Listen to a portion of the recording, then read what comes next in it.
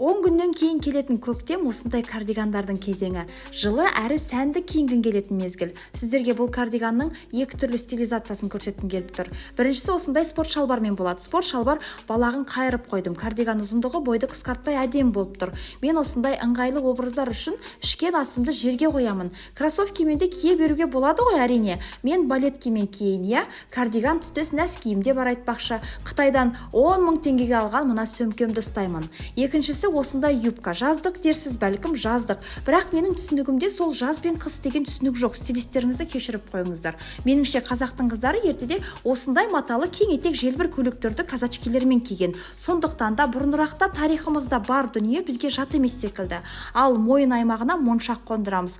Құлаққа сырға тағамыз. Үйде жатқан бір Шанель лентам бар еді. Оны да шашқа байлап жібердім, ал жаман шықпаған секілді Шанель банд нәзіктік бергендей болды, иә. Ал қалай, сізге қай образ ұнады? Спорт шалбармен бе, әлде юбкамен бе?